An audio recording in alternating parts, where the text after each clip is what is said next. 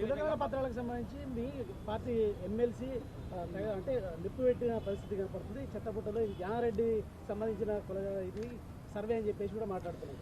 నిజంగా ఎంత దుర్మార్గంగా మాట్లాడుతున్నారంటే ఇప్పటి వరకు దేశంలో బీసీ కులగణన 1931 తర్వాత ఏది సోషియో ఎకనామిక్ సంబంధించి బ్రిటిష్ కాలంలోనే జరిగింది. ఆ తర్వాత అఫీషియల్గా అథెంటిక్గా ఉన్న కులగణన ఏదైనా జరిగిందంటే ఇప్పుడే జరిగింది.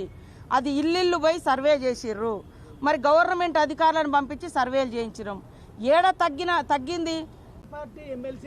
ఇక మా పార్టీ కాదా ఆయన డిసైడ్ చేసుకోవాలి. ఇప్పుడు నా బాధ, ఎందుకంటే నేను కూడా మల్లన్న కోసం చాలా కష్టపడ్డాం, పనిచేసినాం.